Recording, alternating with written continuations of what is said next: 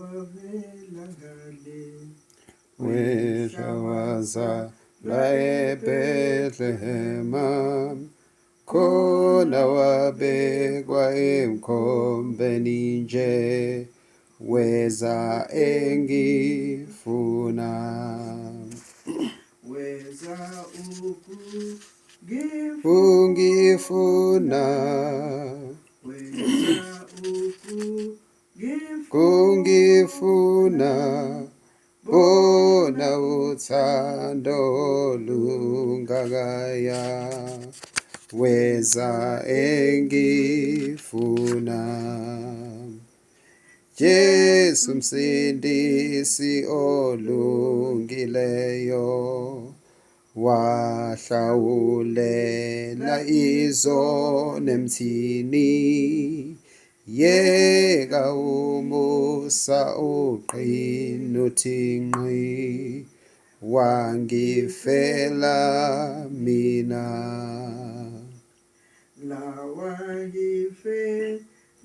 Fela mina, fela mina, bona uthando lungakaya, wangifela mina. Jesu msindisi kuyena-ke, owangifuna ngilahlekile, wangibuyisa endleleni le, wabuyisa mina.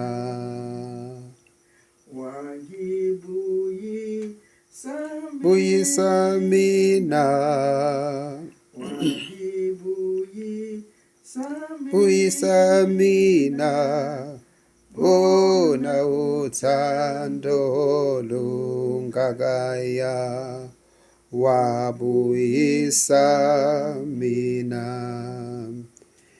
Jesu msindisi wenyukelele, uyakubuya masinyane nje, liyakukhala icilongo-ke, sobizelwe khaya.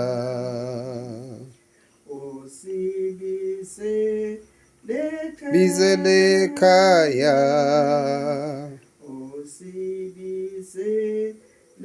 bizele khaya, bona uthando lungakaya, sobizelwe khaya. Luka 2 verse 7. Ngaphansi kwesihloko sithi ukuzalwa kukaJesu nokusolwa kwakhe.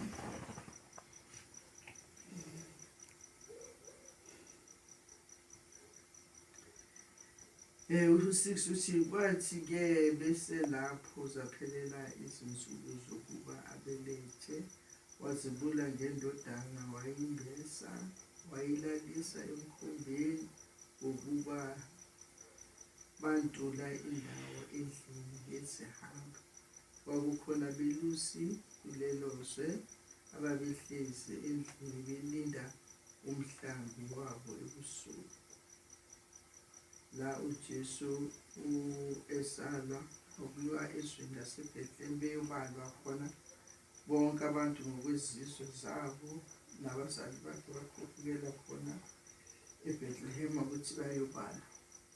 Sasezaphelela iy'nsuku zikamama wakhe, wamtholile indawo, ayitholanga indawo efanele ukuthi athele kuyo, kodwa wamtholela indawo esikalini sey'nkomo, esitebeleni sey'nkomo, lapho wazalelwa khona.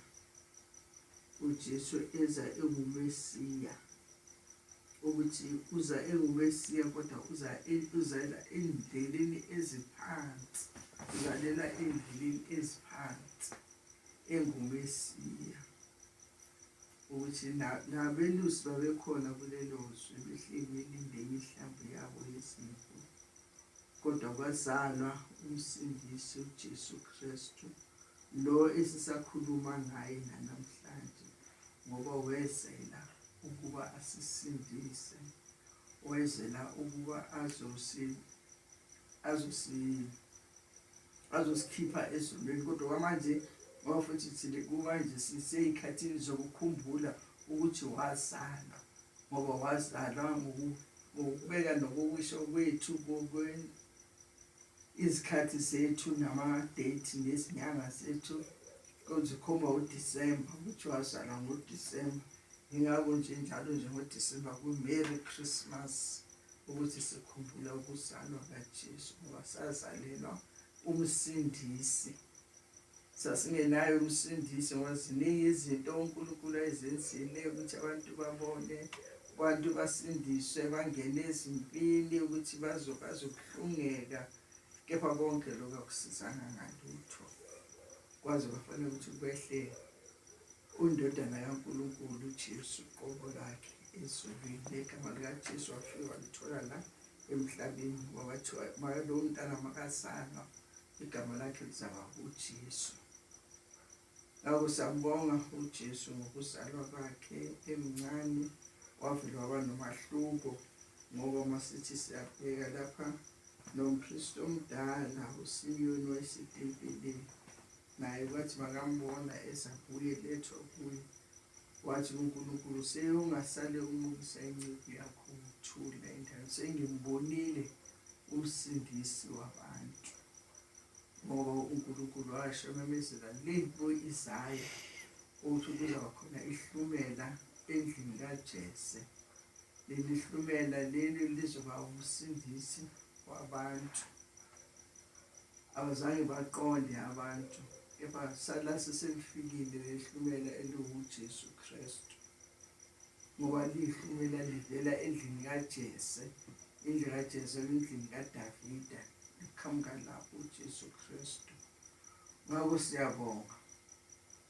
sibonga kakhulu ngoba ukwazana noJesu Kristu, ukuthi saziswe ngoJesu Kristu, wasenza sazi okubi nokuhle, ukuba sidede kokubi silandele okuhle, okuyintando kaNkulunkulu.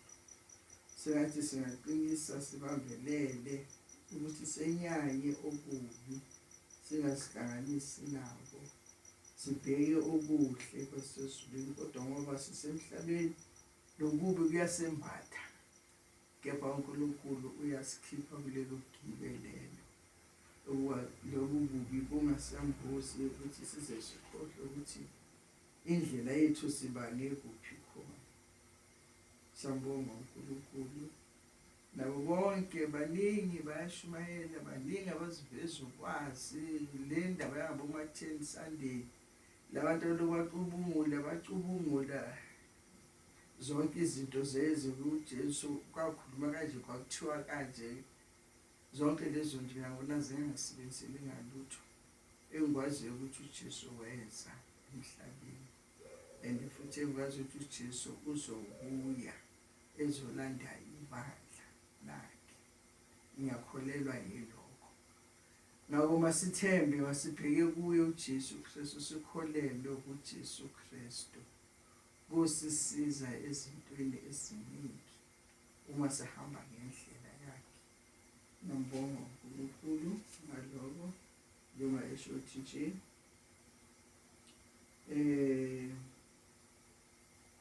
bentula injalo, wazibula ngendodana, wayembesa, wayilalisa emkhumbini, ngokuba bentula indawo endlini yezihambi. Kwakungekho ndawo nasemahhotela endlini zezihambi, kwaze futhi azalelwe esitebeleni. Siyambonga uNkulunkulu, ngoba isikhathini esiningi uma ubheka usebenza ngabantu, uthatha umuntu ongelutho amenze utho, asebenze ngaye, enganakwe abantu, enganakwanga, ngoba abantu babheke ukuthi izinto ezinhle zenzakala kubantu abahle, kepha uNkulunkulu yena akabheki kanjalo, uyabheka abuke abheke abuke, ngoba yena ubheka inhliziyo yomuntu ukuthi inhliziyo ikanjani.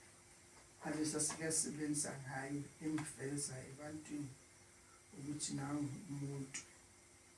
Siyambonga ukuthi wasivuzela uJesu Kristu ukuba sizalelwe yena azoba umsindisi wethu. Njengoba leculo leli lisho nalo lisho uJesu wasifuna silahlekile, wasibuyisa endleleni, wabuyisa nami, wabuyisa nomunye, wabuyisa abantu bonke ukuthi babuye endleleni ezimbi, sibuyele kuKristu. Amen. Amen. Socula uverse 3 no, socula lonke, siqale phansi lo.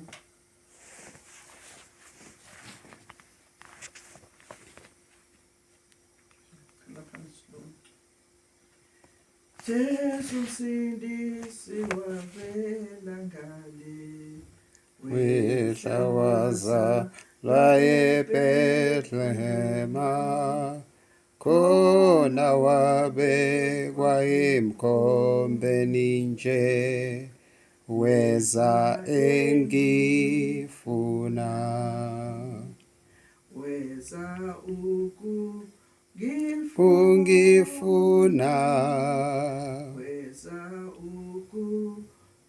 kungifuna, bona uthando olungakaya, weza engifuna.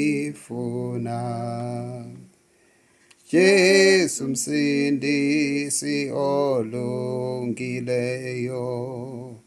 wahlawulela izono emthini, yeka umusa uqina uthi ngqi, wangifela mina. la wangifela Fela mina, la wangifela fela mina, bona uthando olungakaya, wangifela mina. Jesu msindisi kunguyena ke, owangifuna ngilahlekile, wangibuyisa endleleni le, wabuyisa mina.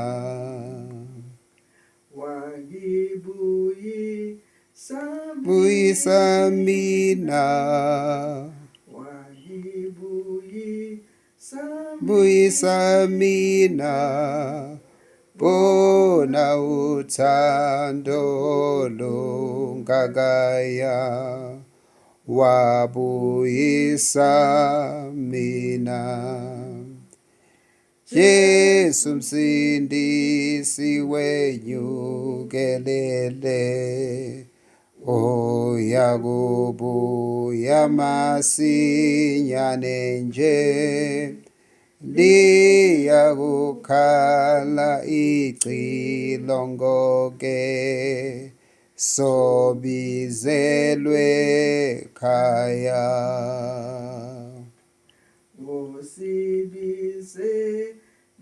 Bizele khaya,